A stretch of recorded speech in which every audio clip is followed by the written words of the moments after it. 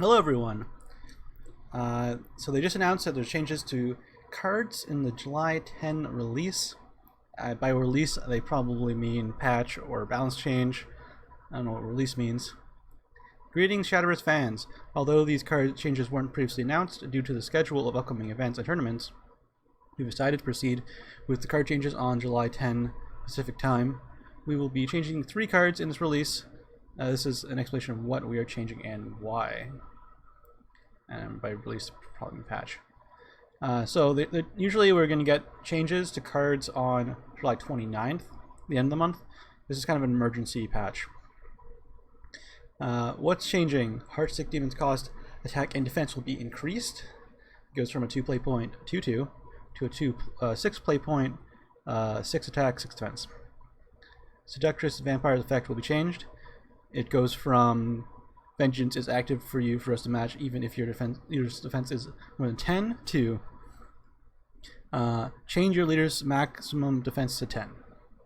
That's also very big.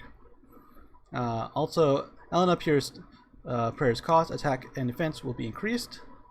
So it goes from a 2 play point 2/2 to a 4 play point 3/4. And yeah, okay. So let's go over these changes. Let's see why we're getting these changes.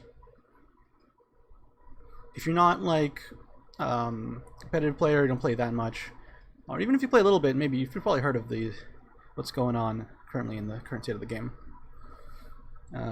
According to the data we've gathered in July from high-ranking matches in the rotation format, Vengeance Bloodcraft.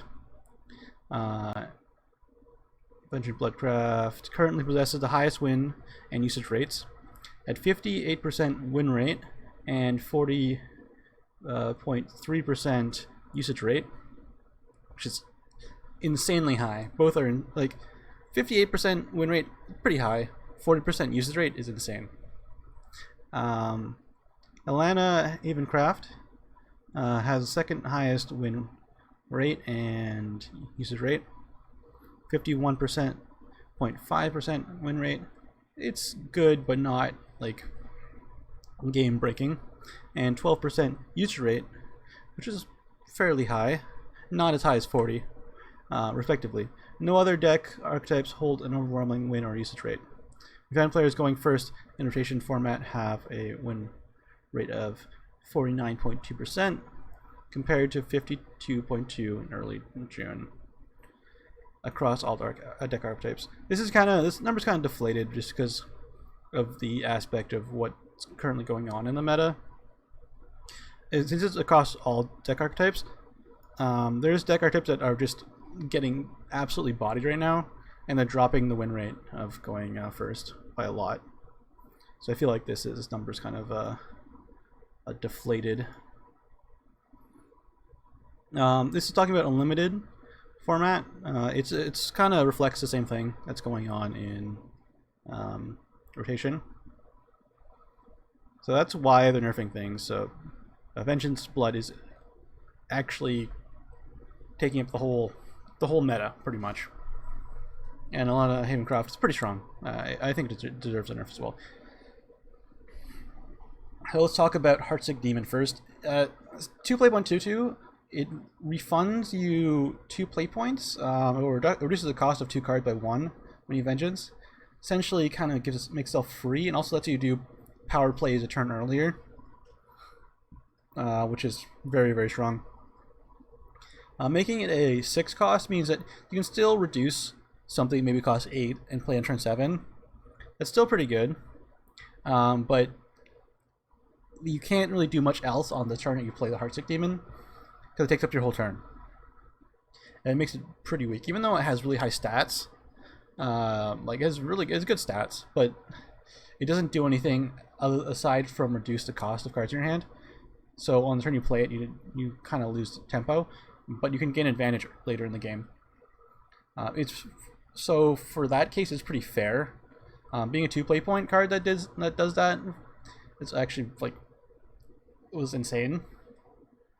So this is kind of fair. I feel like the card probably won't be played anymore in constructed games because it's just a little bit too clunky. As for Alana, At two play point, you get to do a lot of things on the same turn that you evolve her. So on turn 4, you have 2 play points to use to heal yourself or play something else. What that will let you do is, if you had followers from the previous turn, you can evolve Elena, heal yourself twice, and then suddenly all the followers that you had previously and her Elena get really big. Now in turn 4, when you evolve her, you can't actually heal yourself, so you can't buff up previous followers that survived.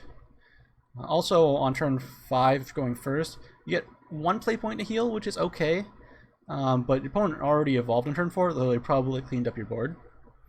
So in that case, you probably won't have much to buff. So the kind of high roll aspect of the first Evo and Elena is kind of weakened. As well as later in the game, it was nice to have a 2 play point 2/2 with Ward. Now a 4 play point with Ward is a little bit harder to fit into a curve while doing other things.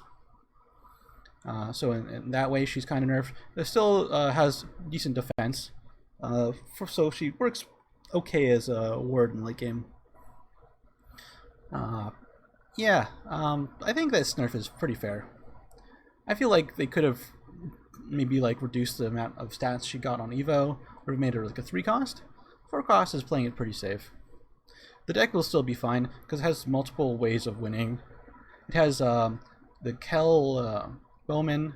He could just wipe your opponent's board really easy. Yeah, that card wasn't nerfed, even though it was probably the strongest card in the deck. This is like the key card for their like win con. Their first win con is this, but the way they actually win is clearing the opponent's board with Kel. I think that deck won't be as oppressive, but still fairly strong. Another thing to note is that at 4 cost, it kind of matches up really well with the removal for amulets. So right now the best removal for amulet is Slash of 1, which costs 3 play points if you evolved 1 follower. So a 3 play point removal for amulet on a 4 play point card is pretty good.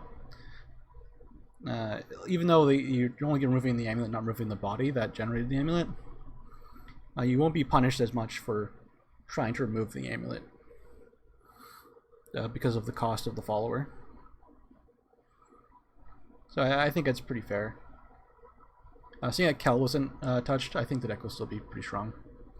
And then the last one, yeah, I forget what I said in my like a reveal video on our review video. I kind of didn't really like the design of this card previously. I like this design a lot more. She's obviously much weaker because you setting her leader's maximum life to 10. He gives you vengeance, but also makes it really easy to kill you. Where before you made 20 life and have vengeance, which was really unfair. It was like that's why the deck had such a high win rate and use rate, because just high rolling Seductress Vampire on turn 2 would just win you the game. It was just like a death sentence for the opponent because all of your cards just become overclocked. So this is pretty fair. If you're playing against an aggressive deck that can burn you down pretty quick, she's still alright versus attrition-based decks because they rarely get good face damage in during the early mid game, unless you're losing really badly. But if you have Vengeance, you get like a massive advantage with your cards, so you probably can stabilize pretty well against attrition-based decks, and then win with your Storm followers later. So it's still strong against that. Very weak against like Burn Rune and aggressive decks. Like mid-range Shadow has much more advantage now because of this. Because like killing your opponent from 20 is really hard for Shadow, unless you're on turn 10. But getting turn 10 against Vengeance Blood is like impossible. Because they just have so much burst damage on turns like 7, 8, and 9. So it gives it like playing Shadows a little better against Blood now. And Burn Rune especially will blow up this deck if you're playing Seductress Vampire. So overall, I'm pretty happy. I think these nerfs were justified. I think me personally would want more cards on the chopping block, because I think there's a lot more cards in the current meta state that deserve to be looked at.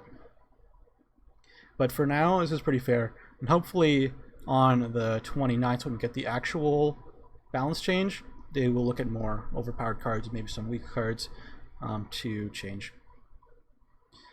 As for tournaments, I know there's a few people who are a little bit upset that they'd have to change their deck that they plan to bring to a tournament in like this weekend. Maybe like Rage and SVO. Just my personal opinion, I think this affects the majority. Like every player gets affected by this, not just tournament players. And I think the more people that get like affected, which are just the average player, which is the vast majority of players are just the average player who are not tournament players, who are really upset with the current state of the game because they can't play their favorite class because it gets destroyed. They want to play other decks than just this deck. They hate playing against the blood deck. I think making them happy vastly improves the state of the game compared to a few upset tournament players. So I'm pretty happy that they made these changes without waiting for the end of the month.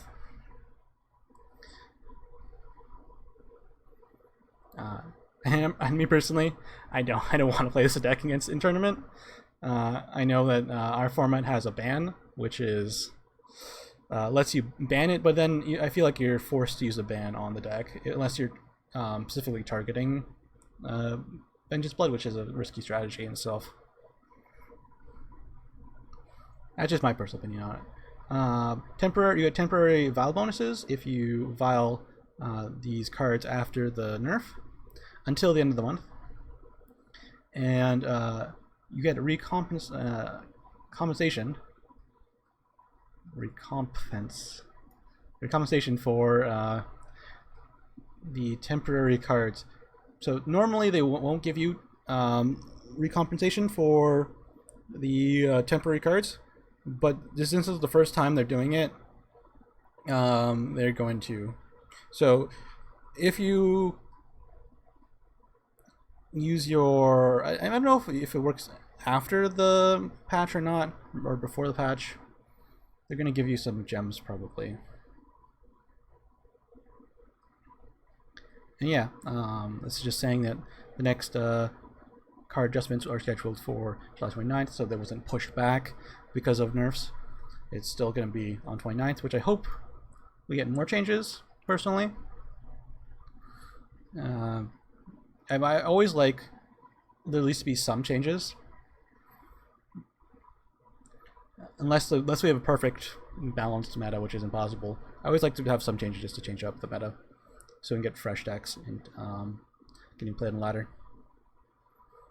Yeah, thanks for watching. Let me know what you think about these nerfs in the comments, and I'll see you guys next time.